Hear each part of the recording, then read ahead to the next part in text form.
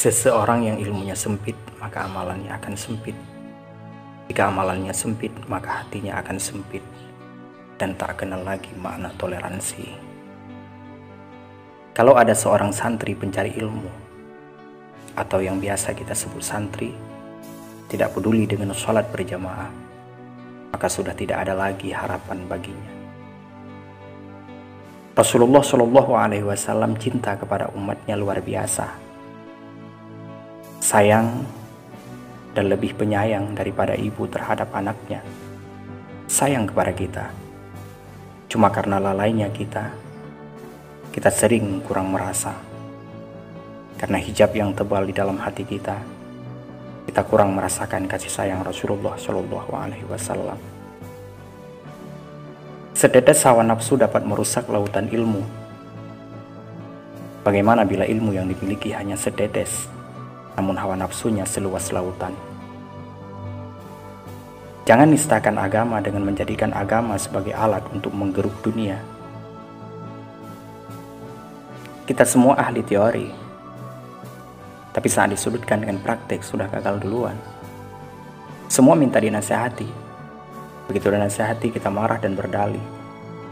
Kita semua merasa rendah, tapi begitu direndahkan orang lain kita tidak terima. Kita tidak akan mampu untuk membuat diri kita tidak dibenci oleh siapapun. Namun kita dapat berusaha untuk membuat diri kita tidak membenci kepada siapapun. Jangan ragu berbuat baik, dan jangan berharap balasan. Akhirnya buah dari perbuatan itu akan mengikuti kita.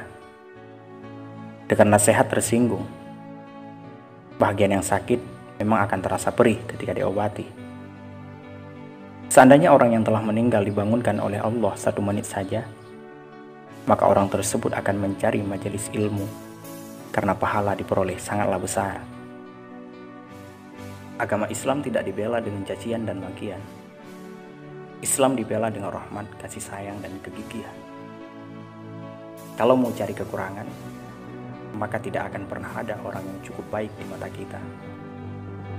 Orang yang berbuat jahat tidak selalu hanya ada kejahatan pada dirinya, tanpa ada nilai kebaikan sama sekali.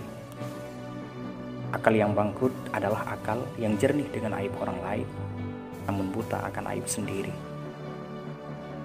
Seberapa rendah engkau memandang seseorang, serendah itu pula hakikat nilai dirimu.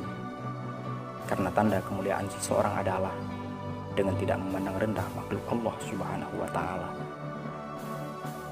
Jangan pelit dengan senyum. Kalau senyum saja pelit, apalagi duit. Sebab kegagalan dalam hal apapun adalah dikarenakan maksiat. Lebih mengutamakan ridha manusia ketimbang ridhanya Allah. Berupaya menyenangkan hati manusia, namun ia tak peduli kalau hatinya Rasulullah sedih.